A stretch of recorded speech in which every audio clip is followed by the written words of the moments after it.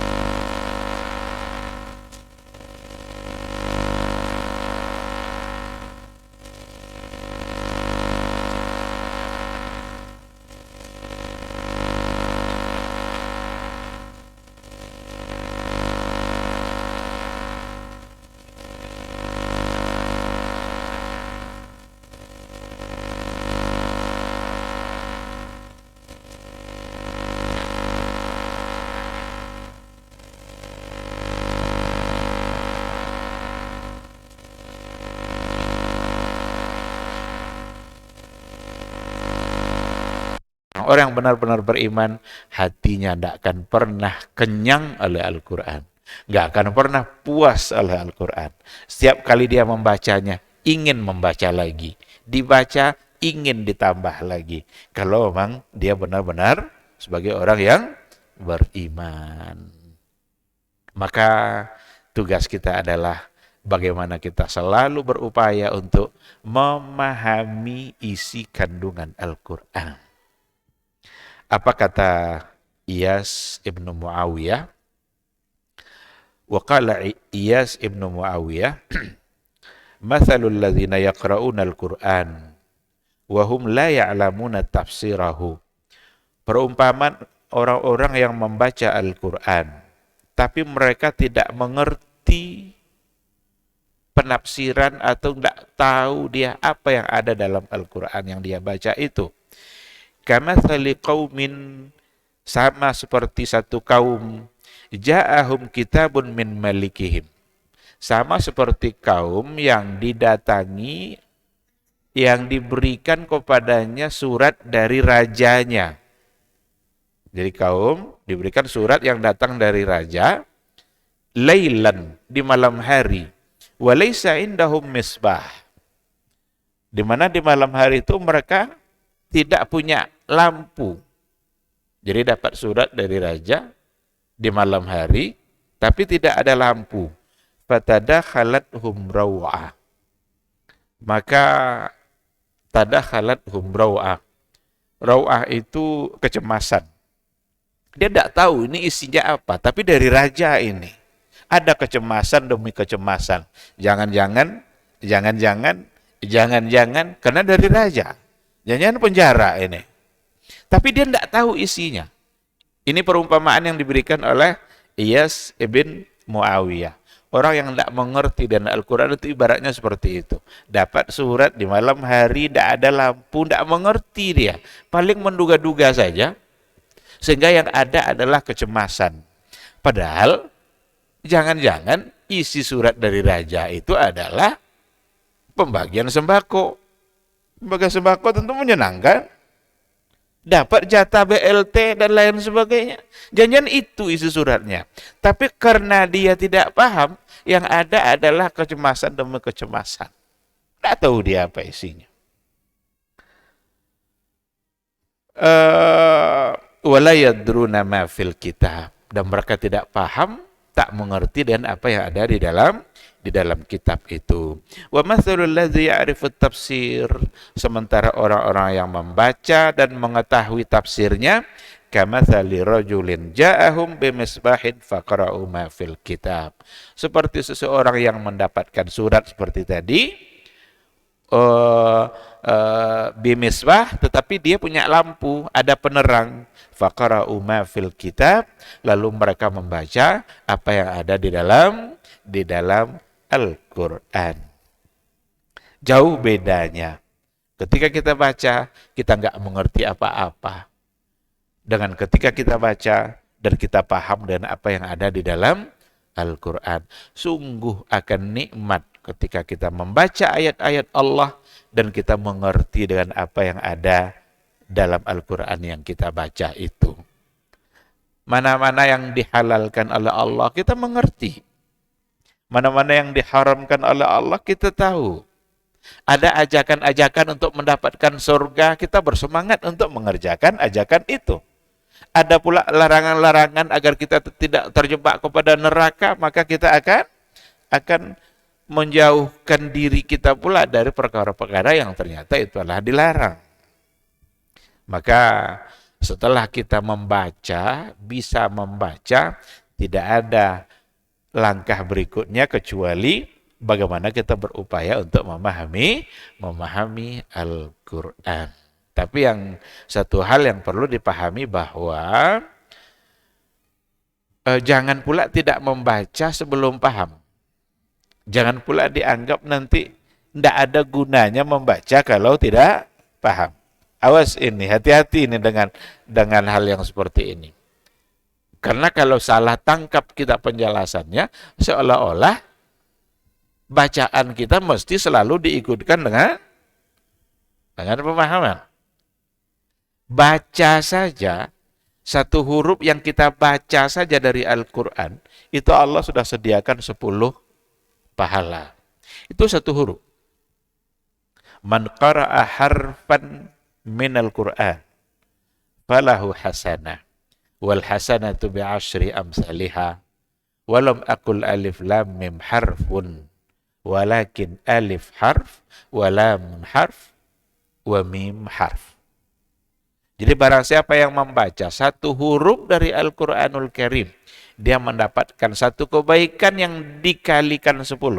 Berarti mendapat 10 kebaikan. Itu satu huruf.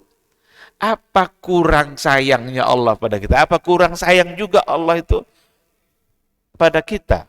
Dengan memberikan balasan yang begitu banyak terhadap amalan-amalan yang barangkali sangat tidak sulit untuk kita lakukan. Sangat mudah untuk dilakukan. Selesai kita sholat, seandainya setiap kali selesai sholat, kita ambil Quran, baca satu halaman saja. Atau setengah halaman saja. Berapa huruf yang sudah kita baca. Dan berapa pahala yang diberikan oleh Allah Subhanahu wa ta'ala. Walaupun tujuan membaca itu bukan hanya sekedar untuk mendapatkan pahala huruf per huruf saja. Karena ada banyak tujuan selain sekedar mendapatkan pahala. Lil ihtida, untuk mendapatkan hidayah dan petunjuk dari Allah. Setiap kali kita baca Al-Quran berarti kita mencari petunjuk Allah dalam Al-Quran. Bukankah kalau seandainya kita pergi ke tempat-tempat rekreasi, yang kita cari adalah buku panduannya, guide-nya. Mana hotel yang paling menarik di tempat wisata ini? Mana lokasi-lokasi yang pantas untuk dituju? Apa alamatnya? Buku itu yang kita cari. Sekarang kita sedang musafir dan berwisata di atas dunia ini. Maka perlu kita tahu mana perkara-perkara yang dihalalkan dan mana perkara-perkara yang diharamkan oleh Allah Subhanahu wa ta'ala. Jadi, ikhwati fillah, mari sama-sama kita tingkatkan semangat kita untuk memahami isi Al-Quran. Seandainya dalam satu hari, satu ayat yang kita paham, tidak usah banyak-banyak sekaligus. Karena kalau banyak-banyak itu kan kadang buat kita capek pula. Kita kalau memaksakan diri banyak sekaligus, capek kita, jangan-jangan membuat kita jadi bosan. Maka Rasul pun mengajarkan kita agar istiqamah. Khairul a'mali adwamuha wa in qalla. Amalan yang paling baik itu adalah adwamuha, yang berkelanjutan terus-menerus, wa in qalla, meskipun sedikit. Seandainya satu hari kita membaca satu halaman Al-Quran, tapi terus kita baca, setiap hari ada kita ketemu dengan Quran, itu jauh lebih baik daripada duduk kita sekali subuh, mungkin terbaca oleh kita sekali duduk itu 1 juz, tapi tidak pernah ketemu lagi dengan Al-Quran kecuali bulan depan. Berarti ada jarak, ada masa di mana kita putus kontak dengan Allah. Tapi adwa muha wa in qalla, terus menerus tapi lanjut, walaupun sedikit tapi terus. Itu yang lebih baik. Seandainya dalam sehari kita coba baca dan pahami satu ayat Al-Quran saja. Kalau kita tidak paham, tanya kepada orang yang kita anggap paham. Lalu dapat ilmu kita sehari itu satu dari Al-Quran. Cukup satu saja, tapi konsisten. Sebulan kita sudah mendapatkan ilmu yang luar biasa. Setahun kita sudah mendapatkan pengetahuan kita tentang Al-Quran yang sangat banyak. Dan itu dicintai oleh Allah, membuat kita semakin dicintai oleh Allah Subhanahu wa ta'ala. Oleh karena itulah, para ulama punya jasa yang besar bagi kehidupan kita pada hari ini ketika mereka mencoba untuk memberikan penjelasan-penjelasan Al-Quran melalui tafsir. Penjelasan Al-Quran melalui tafsirnya. Para ulama, para mufassir, Mereka adalah orang-orang berilmu, paham mereka dengan apa yang ada dalam Al-Quran, lalu dibukukan tafsir mereka. Itu akan menjadi pahala mengalir terus bagi mereka. Karena mereka menjadi wasilah, menjadi jembatan, titian kita untuk mendapatkan ilmu. Kita terselamatkan oleh apa yang telah mereka lakukan. Mudah-mudahan kita bersama mereka selamat dan masuk surganya Allah Subhanahu wa ta'ala. Penafsiran. Maka untuk penafsiran Al-Quran ini akan menjadi kelanjutan dari pembahasan kita. Ada nanti secara garis besar untuk penafsiran Al-Quran itu terbagi kepada dua. Ada yang disebut dengan at-tafsiru bil ma'thur atau bil athar. Ada lagi nanti at-tafsir bil ra'i. Jadi bagaimana kita memahami Al-Quran melalui tafsir, dan tafsirnya itu masuk dalam kategori tafsir bil ma'thur. Yang dimaksud dengan tafsir bil ma'thur itu at-tafsirul muqtasar atau muqtasiru ala naqli 'anil Rasul sallallahu alaihi wasallam atau an as-sahaba radhiyallahu anhum atau an talamizatihim min at-tabi'in wa rubbama min al-atba' atau anil atba'. Talamiz at-tabi'in. Jadi penafsiran atau sebuah bentuk penafsiran ayat-ayat Al-Quranul Karim yang berlandaskan kepada an-naqlu anir Rasul. Ada nakli. Kita kan pernah mengenal istilah dalil nakli. Ada dalil akli, ada dalil nakli. Dalil nakli itu berdasarkan kepada wahyu Al-Quran. Tetapi naklu itu sendiri, kata dasar itu artinya adalah sesuatu yang kita nukil. Jadi penafsiran ayat-ayat yang berlandaskan kepada apa yang dinukil atau diambil dari Rasulullah Sallallahu Alaihi Wasallam, au anas sahaba, atau juga dari sahabat, awit tabi'in, atau dari kalangan tabi'in. Ini yang dimaksud dengan tafsir bil ma'thur. Artinya Al-Quranul Karim, agar kita memahami makna yang ada di dalam Al-Quran itu sendiri, maka perlu kita mengetahui maknanya itu melalui asar, melalui dalil. Dan dalilnya itu nanti bisa dari Al-Quran, bisa dari hadis Nabi, dan bisa dari aqwalus sahabat. Nanti akan menjadi pembahasan yang cukup panjang bagi kita tentang bentuk-bentuk tafsir tadi itu. Ada di antara ayat nanti yang ditafsirkan juga oleh ayat. Barangkali kalau kita masih ingat dulu contoh yang pernah kita singgung dulu sedikit tentang itu, ketika para sahabat merasa khawatir tidak akan selamat di akhirat kelak karena pernah berbuat zalim. Kan ayatnya kan allazina amanu wa lam yalbisu imanahum bizulmin ulaika lahumul amnu wa hum muhtadun. Orang-orang beriman dan mereka orang tersebut yang beriman itu tidak mencampuri imannya itu dengan zulmin, dengan perbuatan zalim sedikit pun. Mereka lah yang akan selamat nanti di akhirat kelak. Sahabat merasa, ini kalau begini tidak ada kita yang selamat nih. Karena siapa di antara kita yang tidak berbuat zalim? Mungkin bersalah kepada anaknya, bersalah kepada istrinya, bersalah kepada tetangganya, bersalah kepada dirinya sendiri.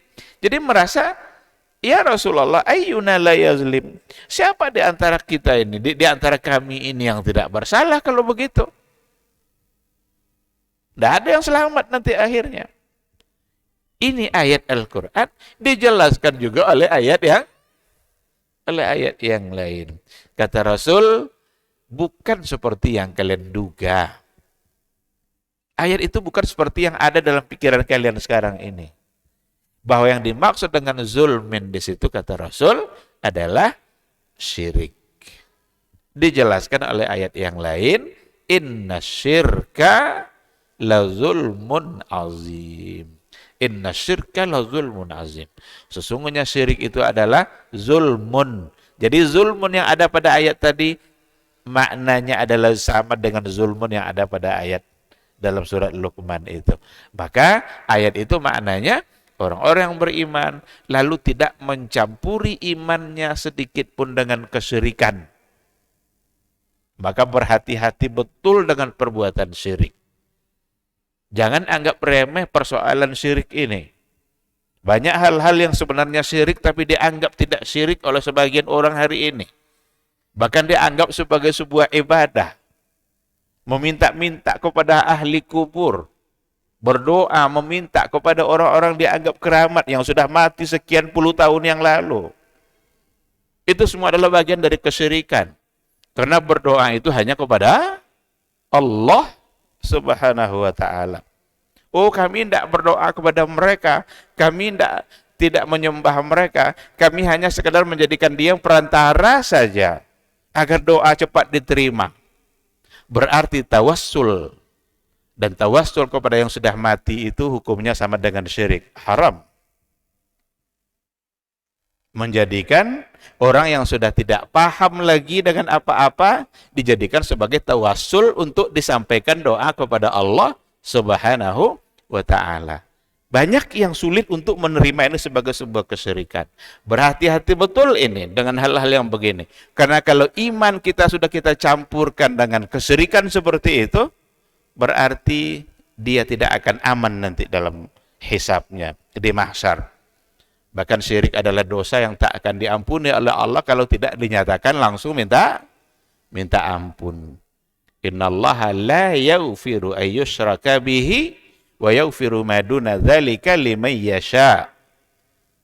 Allah tidak akan mengampuni dosa-dosa syirik, tapi Allah siap mengampuni dosa selain itu. Jadi maksud tidak diampuni tadi itu adalah ketika dia tidak menyatakan taubatnya langsung kepada Allah. Sedangkan dosa-dosa lain mungkin saja Allah mengampuninya dikarenakan oleh kebaikan-kebaikan yang dilakukan oleh seorang hamba.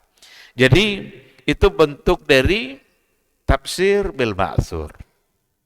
Tapi ada nanti tafsir berra'i. Menafsirkan ayat dengan ra'yu, dengan akalnya sendiri. Ini menjadi terlarang. Kita kalau lihat beberapa asar atau dalil-dalil yang ada, ungkapan-ungkapan para ulama dahulu tentang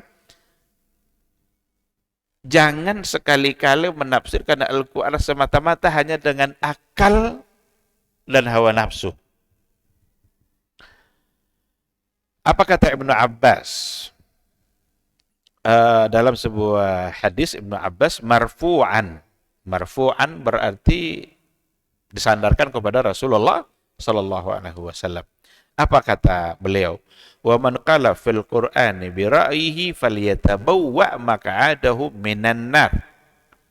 Siapa yang mengatakan sesuatu dalam Al-Qur'an bi ra'yihi, semata-mata dengan ra'yunya, dengan akalnya, falyatabawwa maq'adahu minan nar, maka bersiap-siap lihat dia telah membuat kursinya sendiri dari nerakanya Allah. Hadis Jundub marfu'an, man qala fil Qur'ani bi ra'yi fa asaba faqad akhta. Barang siapa yang mengatakan sesuatu tentang Al-Quran semata-mata karena logika dan ra'yunya, fa'asabah, ternyata benar logikanya itu, faqad akhta, maka dia telah bersalah. Padahal yang diucapkannya adalah benar. Tapi semata-mata karena ra'yu dan akalnya sendiri, faqad akhta, dia telah salah. Namun di sini memang perlu dipahami, diberikan penjelasan oleh para ulama. Ra'yu di situ ada dua macam. Ada ra'yul mazmum, ada pendapat atau akal yang tercela, yaitu semata-mata karena hawa nafsunya. Nggak ada dasarnya sama sekali, tapi itu yang disampaikan oleh akal dan hawa nafsunya tentang Al-Quran. Ini mazmum. Sebagaimana yang dilakukan oleh orang-orang Syiah.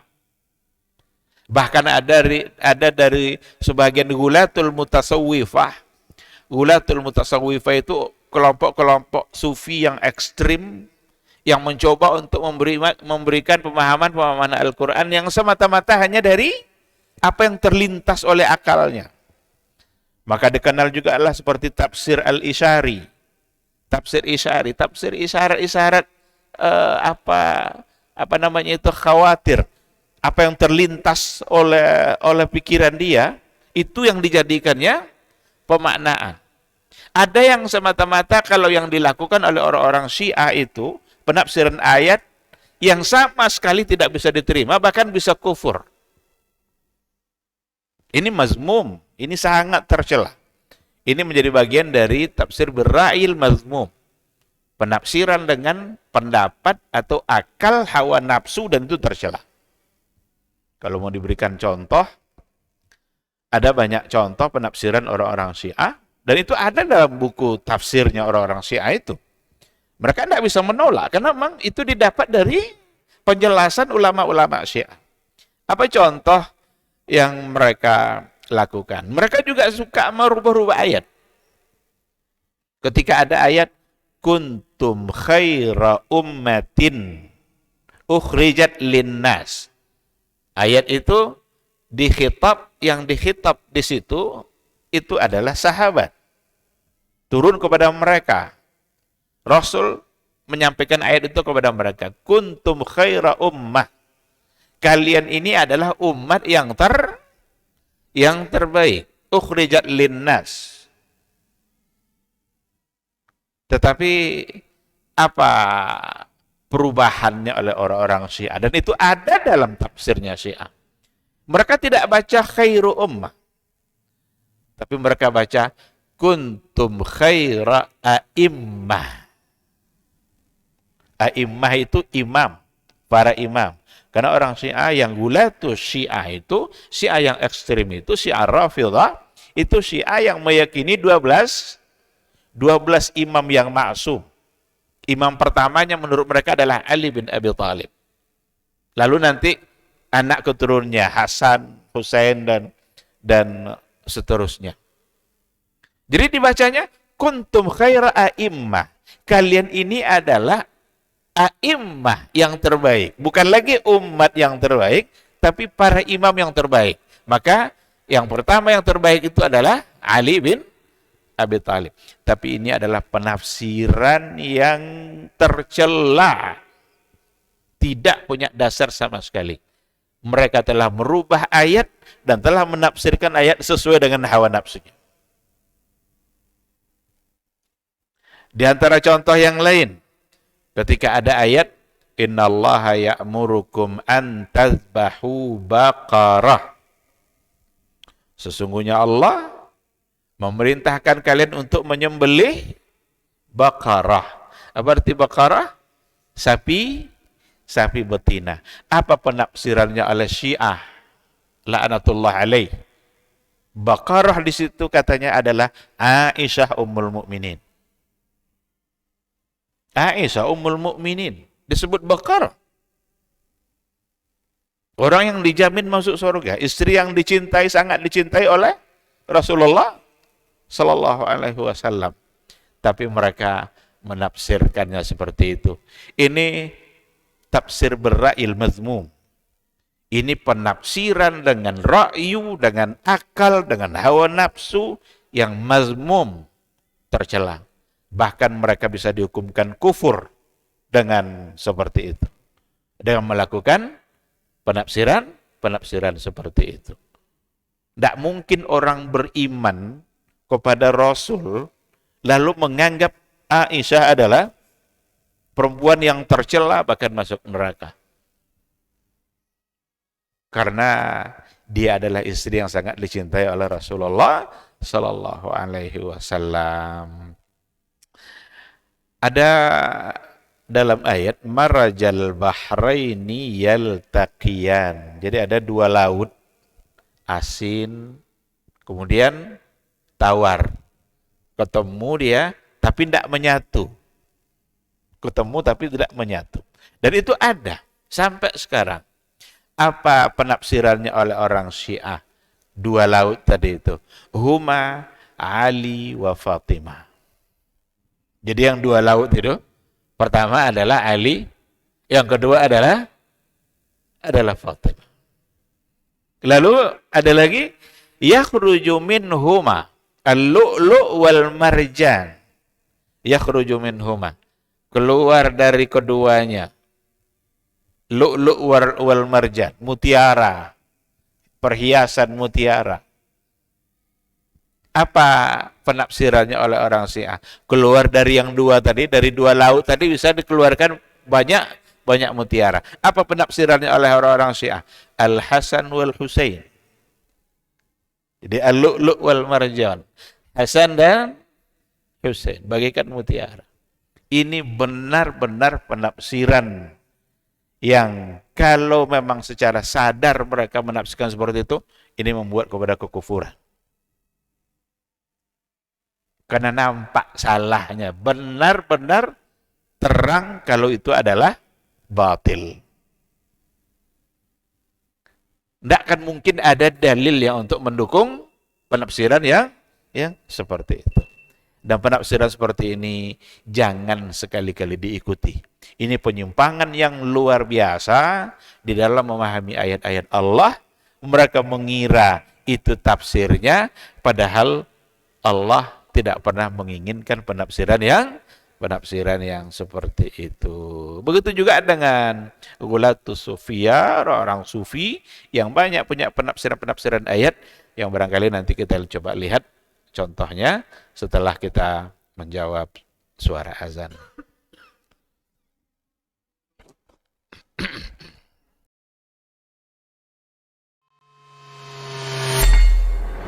Di para sahabat itu, kaum muslimin, yang terbayang bagi mereka itu adalah infak, yang terbayang bagi mereka adalah sebuah kebahagiaan, keselamatan di akhirat yang kekal dan abadi di sisi Allah Tabaraka wa Ta'ala. Semua kita boleh klaim sekarang. Kamu cinta Nabi? Cinta Ustaz. Cinta Nabi? Cinta Ustaz. Termasuk saya. Cinta Nabi? Cinta. Kapan tahunya? Besok di akhirat. Maka apa kata Nabi SAW? Amalur rajuli biyadih. Penghasilan yang terbaik adalah pekerjaan yang dilakukan oleh seseorang dengan tangannya sendiri. Wa kullu bai'in mabrur. Dan setiap jual beli yang mabrur. Ini aktivitas ini membantu saya di akhirat atau akan menyulitkan saya di akhirat? Kalau seandainya perbuatan itu ternyata akan menyulitkan kita di akhirat kelak, tinggalkan perbuatan itu.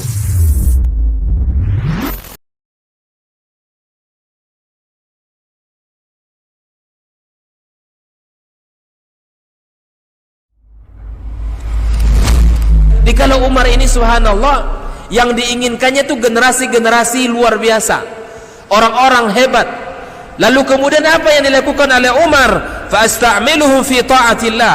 Aku gunakan mereka ini di dalam ketaatan kepada Allah. Ketika kaum muslimin itu memiliki penyakit namanya wahan, yaitu hubbud dunya wa karahiyatul maut, cinta dunia dan takut akan kematian. Lalu Nabi menjawab dengan yang lebih penting. Apa itu? Madza a'adatta laha? Apa yang engkau siapkan untuk kiamat itu? Bin Sulaiman tadi, inti yang bisa kita ambil apa? Solehkan diri kita. Solehkan diri kita sebelum mencari rezeki. Karena kalau kita tidak soleh, kalau kita tidak bertakwa kepada Allah Subhanahu wa Ta'ala dalam mencari rezeki itu akan terasa sulit.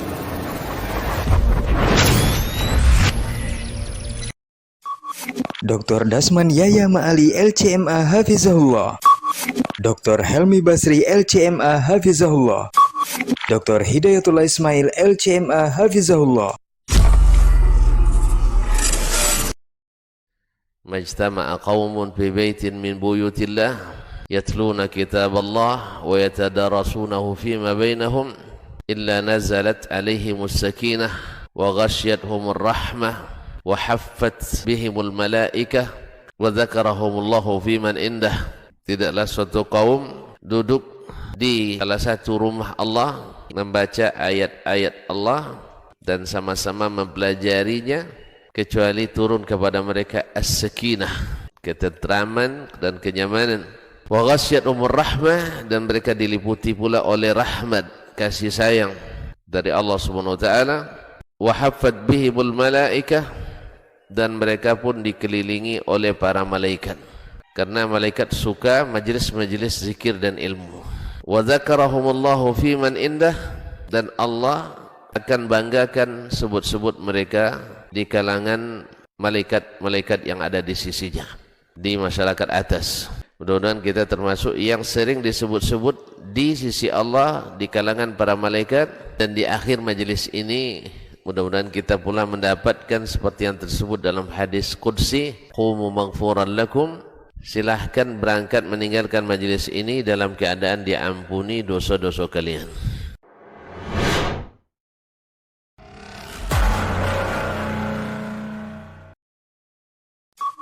Dr. Dasman Yaya Ma'ali LCMA Hafizahullah, Dr. Helmi Basri LCMA Hafizahullah, Dr. Hidayatullah Ismail LCMA Hafizahullah.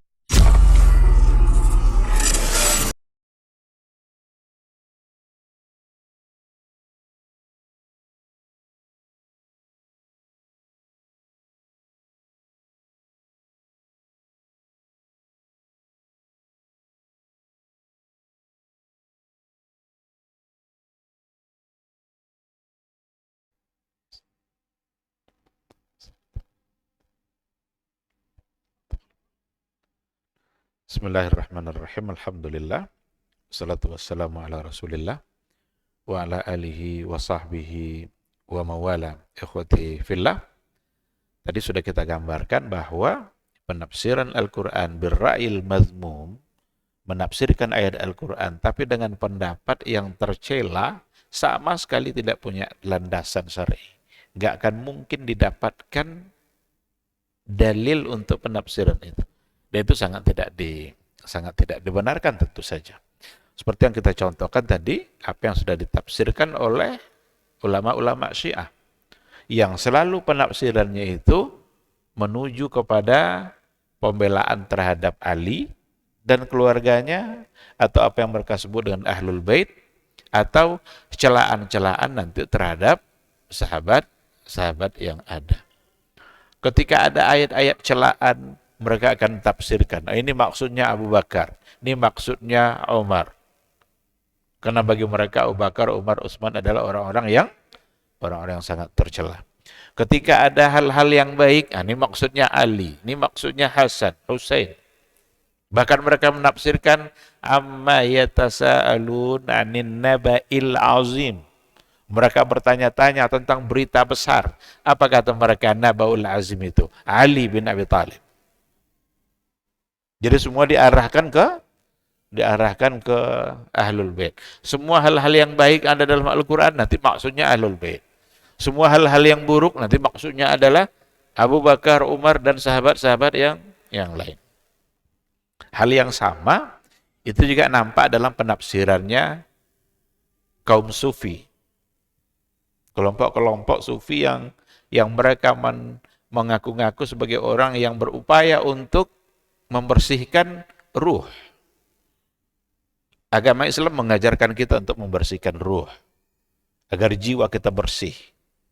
Tapi jangan salah cara, jangan salah konsep dan metode. Rasulullah orang yang paling bersih jiwanya, diikutkan oleh para sahabat-sahabatnya yang berhasil membersihkan jiwanya. Karena mereka adalah orang-orang yang dipuji oleh Allah dan oleh Rasulnya. Allah memuji mereka. Radhiyallahu anhum wa radu'an. Allah sudah ridha sama mereka.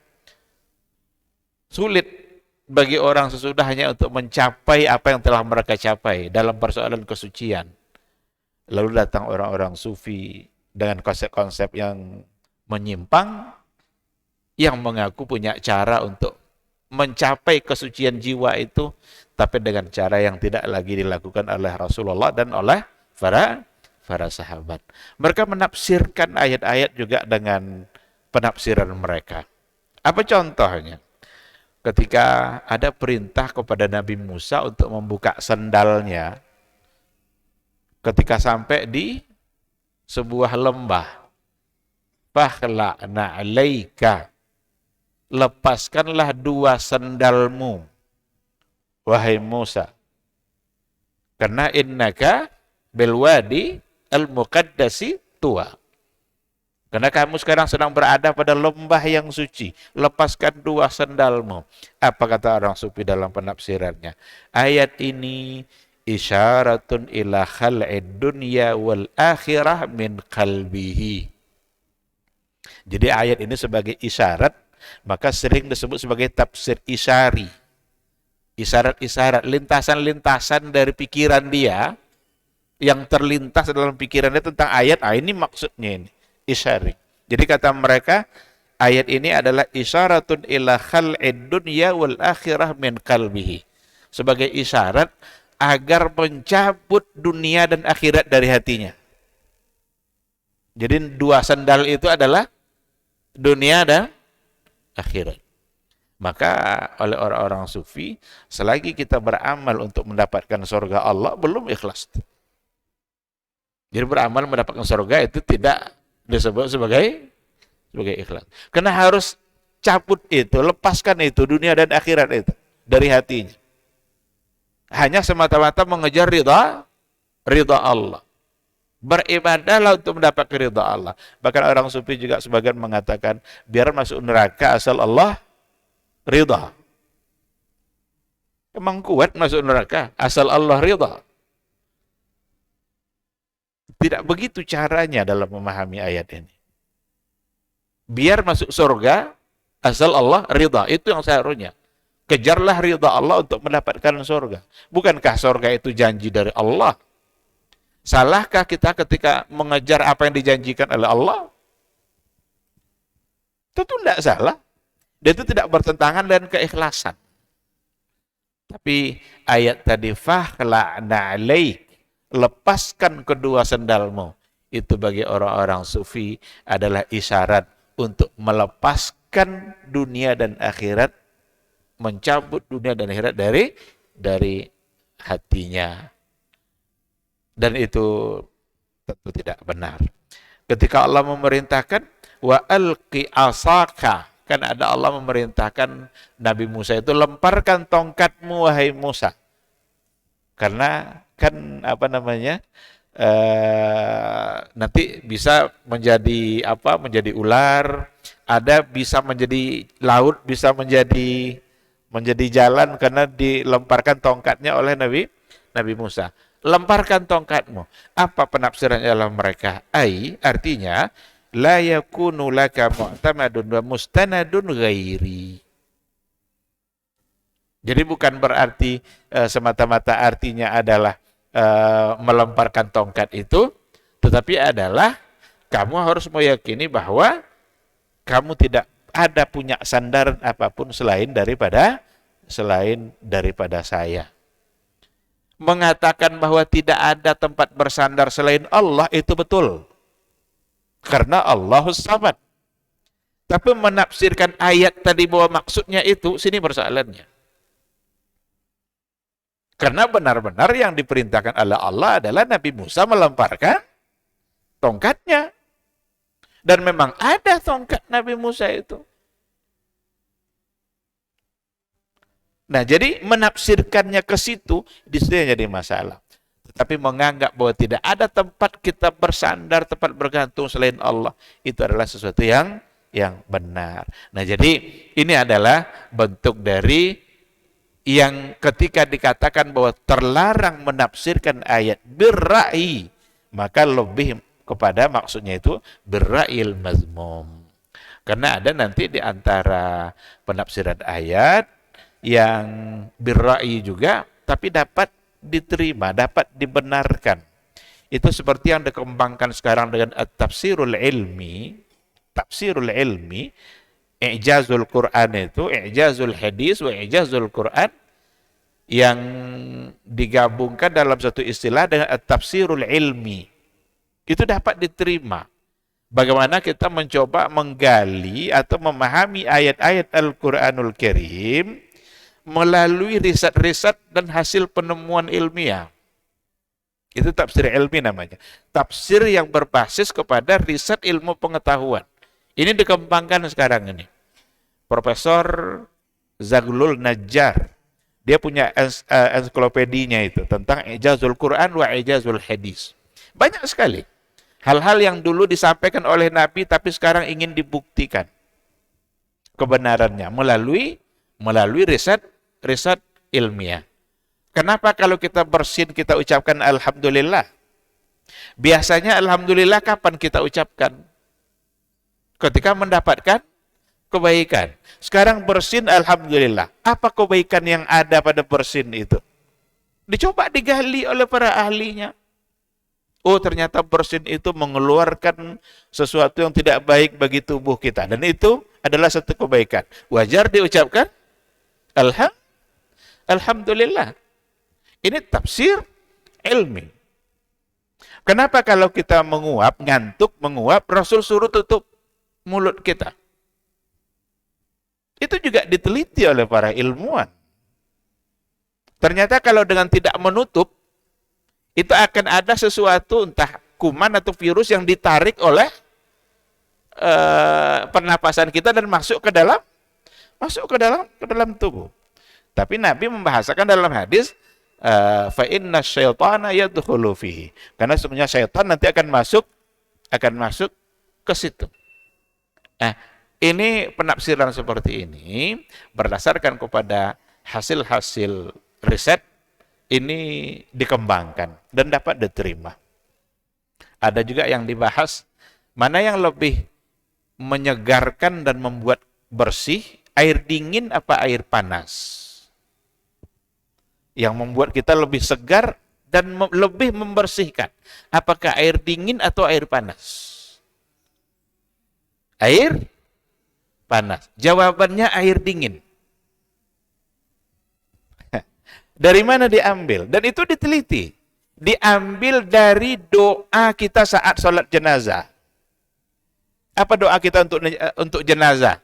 Waghsilhum bil ma'i wal thalji wal barad. Mandikanlah dia dengan air dingin dan air es. Kok Nabi bilang air dingin di situ? Ada apa di situ? Ternyata air dingin lebih menyegarkan daripada air panas. Dan lebih membersihkan. Nabi sudah bilang, apa artinya Nabi mendoakan itu kalau tidak ada sesuatu di situ? Ini at-tafsirul ilmi. Itu bagian dari tafsir berra'i. Tafsir dengan akal, tetapi dapat diterima, tidak menjadi mazmum, tetapi malah mamduh, menjadi terpuji. Dikarenakan oleh ada landasan-landasan ilmiah yang mendukung, tidak seperti penafsiran yang dilakukan oleh orang Syiah dan oleh orang-orang Sufi. Jadi ikhwati fillah, yakinlah ketika kita berupaya untuk memahami ayat-ayat Allah, pasti akan sangat menarik dan membuat kehidupan kita akan menjadi lebih berbahagia, karena kita berupaya untuk memahami perkataan Rabb kita, dan pahamilah dengan cara yang benar sebagaimana dulu dipahami oleh para sahabat. Maka ada tafsir bil ma'tsur, itu yang paling utama, tapi ada nanti tafsir berra'i yang terlarang, jangan ikuti. Tapi ada hal-hal yang dikembangkan yang juga bagian dari tafsir berra'i, maka menjadi sesuatu yang tidak mengapa untuk kita ambil dan kita pahami dengan cara itu. Mudah-mudahan insya Allah pada pertemuan berikutnya kita akan coba masuk pada poin satu persatu tafsir Quran dengan Quran. Ada ayat yang dipahami melalui ayat yang lain. Ini nanti satu poin akan kita bahas secara khusus. Setelah itu akan ada lagi nanti ayat yang dipahami melalui hadis Nabi. Ini ayat tapi maksudnya dapat kita pahami dari hadis Rasul. Rasul yang memberikan penjelasan. Mudah-mudahan Allah Subhanahu wa taala selalu memudahkan kita untuk memahami Al-Qur'an dan selalu memudahkan kita dan memberikan semangat untuk mengikuti majelis ta'lim. Amin amin ya rabbal alamin. Demikian, terima kasih. Apa kita tutup atau ada yang mau bertanya? Kalau tidak ada, kita tutup, insyaallah. Silakan.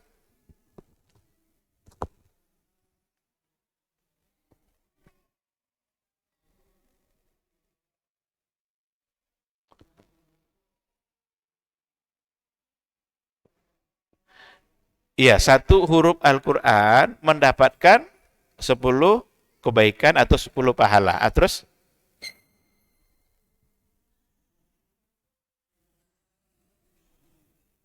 Yang 10 itu diantaranya hidayah dari Allah. Bukan. 10 kebaikan itu berarti ada 10 pahala yang diberikan oleh Allah. Adapun yang hidayah dimaksud itu bahwa kita membaca Quran jangan semata-mata di pikiran kita untuk mendapatkan perkalian pahala saja. Tetapi ada hal yang lain yang perlu kita ikutkan niat kita dalam membaca Al-Quran. Dan itu diantaranya lil ihtidah, untuk mendapatkan petunjuk. Jadi selain dapat pahala, dapat petunjuk. Apa lagi yang membuat kita malas itu? Pahala dapat, petunjuk dalam hidup dapat, bukankah petunjuk itu selalu kita tunggu-tunggu? Itu maksudnya tadi.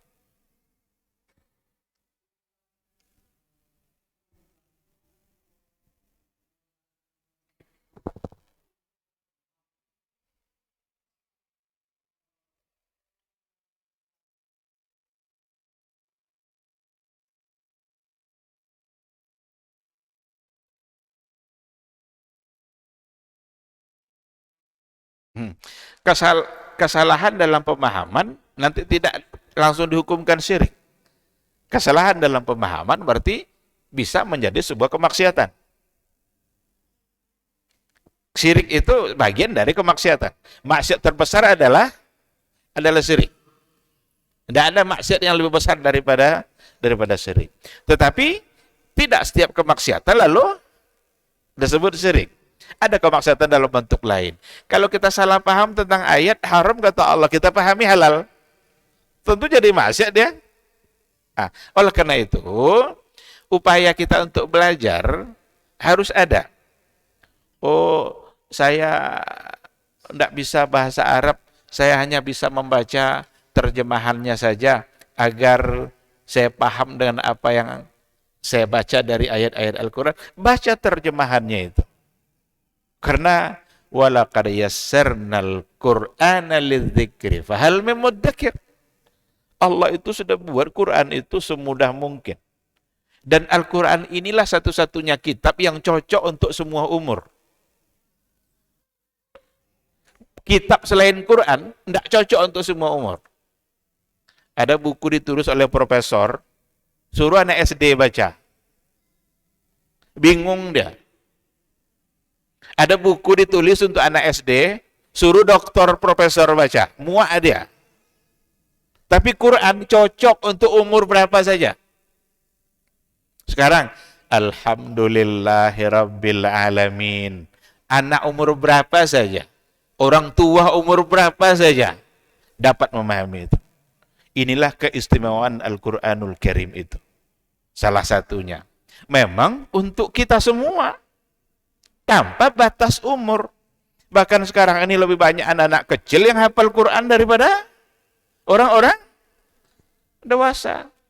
Ayahnya begitu berharap agar anaknya menghafal Quran, diantar ke pondok. Ayahnya tak baca Quran, tanda. Jadi keinginan anak itu jadi hafiz Al-Quran itu harus diikutkan juga oleh keinginan ayah dalam membaca Al-Quran. Nanti akan dikalungkan nanti selendang berwarna hijau di akhirat. Jangan sekedar nunggu itu aja. Kita pun harus berupaya untuk memahaminya. Namun ketika ada hal-hal yang tidak semata-mata paham oleh terjemahan. Perlu belajar, perlu bertanya. Sekarang alhamdu, segala puji. Apa maksud alhamdu? Apa beda alhamdu dengan asyukuru? Puji dan syukur. Samakah puji dan syukur itu? Itu tidak ada di terjemahan itu. Tidak akan kita temukan dalam terjemahan-terjemahan Al-Quran. Di terjemahannya paling, segala puji hanyalah milik Allah, Rabb sekalian alam. Ini pertemuan berikutnya, ini nanti akan kita bahas. Tafsir ayat dengan ayat. Alhamdulillahi Rabbil Alamin. Rabbil Alamin itu maksudnya apa? Diambil dari ayat yang lain. Ihdinas siratal mustaqim. Apa maksudnya itu? Diambil dari ayat yang lain. Jadi satu ayat dipahamkan oleh ayat yang lain. Dan Allah lah yang paling mengerti dengan perkataannya sendiri. Maka penafsiran yang paling bagus itu, yang paling tepat adalah tafsirul ayat bil ayat. Menafsirkan ayat dengan ayat. Mudah-mudahan dalam pertemuan berikutnya insyaallah contoh ini yang akan kita bahas, karena itu yang juga yang ada di sini. Jadi pertanyaannya mendahului waktunya. Bagus itu pertanyaannya. Wallahu subhanahu wa ta'ala alam.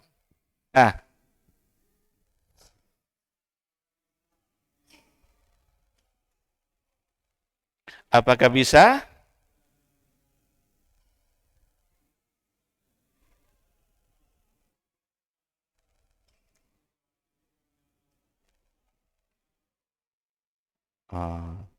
Kalau dikirimkan siapa yang bawa?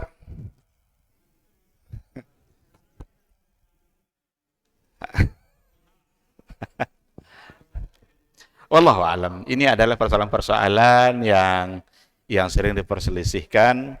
Tapi saya hanya ingin mengatakan yang diperlukan oleh yang sudah meninggal itu adalah doa.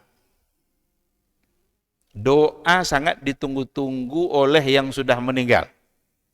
Kalau ada yang ayahnya sudah meninggal, jangan pernah lupa mendoakannya. Kalau ada yang ibunya sudah meninggal, jangan lupa mendoakannya. Bahkan doa anak kepada orang tua, anak yang soleh kepada orang tua, itu doa yang tidak terhalang. Nabi yang mengatakan itu. Terputus segalanya kecuali 3. Salah satunya adalah waladun salihun yad'u lahu. Anak yang saleh yang mendoakannya. Maka doakanlah dia. Tidakkah kita cukup untuk melakukan apa yang disuruh oleh Nabi? Nabi menyuruh untuk mendoakan, doakan dia. Adakah Nabi menyuruh untuk mengirim-ngirim? Kadang-kadang yang disuruh Nabi yang tidak disuruh itu yang kita semangat untuk membuatnya. Maka fokuskan kepada apa yang disuruh oleh Rasulullah sallallahu alaihi wasallam. Doakan mereka. Allah akan dengar. Allah akan kabulkan insyaallah. Karena doa anak yang soleh itu malah doa yang tidak terhalang, langsung tersambung dan bisa dikabulkan oleh Allah Subhanahu wa taala. Maka mari sama-sama kita bersemangat untuk mengerjakan apa yang benar-benar disuruh oleh Rasulullah sallallahu alaihi wasallam. Dan dalam hal ini yang disuruh adalah berdoa dan mendoakannya. Adapun persoalan mengirim, memberi hadiah, itu menjadi perselisihan di kalangan para ulama karena terbagi kepada 2 pandangan. Ada yang mengatakan boleh, ada yang mengatakan tidak boleh.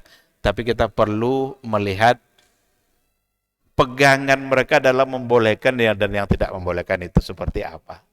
Yang melarang itu, yang mengatakan tidak boleh itu justru adalah Imam Asy-Syafi'i rahimahullah. Indonesia yang ngaku-ngaku sebagai mazhab Syafi'i, ternyata dalam hal ini mereka tidak ikut Imam Syafi'i. Karena Imam Syafi'i mengatakan tidak sampai. Wa an laisa lil insani illa ma sa'a. Wa la taziru waziratun wizra ukhra. Itu dalilnya oleh Imam Syafi'i.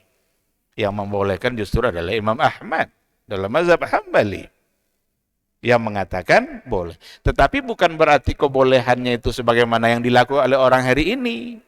Karena ada satu kesalahan juga, dapat di buku-buku lama, oh rupanya boleh. Pahami dulu, yang mereka bolehkan itu seperti apa? Apakah seperti yang dilakukan oleh orang hari ini atau tidak? Karena ada juga penjelasannya, seperti seorang anak yang menghadiahkan pahala bacaannya untuk orang tuanya. Ini diantara yang dibolehkan oleh sebagian mazhab, seperti mazhab Hambali. Tapi Imam Syafi'i justru mengatakan itu tidak boleh. Maka kalau kita benar-benar ingin mengikuti Imam Syafi'i, jangan lakukan. Karena dia yang mengatakan tidak sampai. Wallahu subhanahu wa ta'ala alam. Ini masalah khilafiyah yang perlu disikapi secara baik. Tidak dengan emosi, tapi harus dengan ilmu. Karena kalau segalanya disikapi dengan ilmu, insya Allah kita akan aman. Tapi kalau dengan emosi, yang akan terjadi adalah saling maki, saling caci, bahkan bisa berkelahi antar RT. Kalau seandainya tidak disikapi secara baik. Wallahu subhanahu wa ta'ala alam. Baik, barangkali cukup sampai di sini. Kajian kita, mudah-mudahan majelis ini menjadi ibadah bagi kita, dicatat sebagai amal soleh, sehingga amal soleh kita timbangannya semakin berat. Mudah-mudahan di akhirat kelak semua kita mendapatkan catatan amal solehnya dengan tangan kanan. Amin amin ya rabbal alamin. Subhanakallahumma bihamdika asyhadu an la ilaha illa anta astaghfiruka wa atubu ilaik. Wassalamualaikum warahmatullahi wabarakatuh.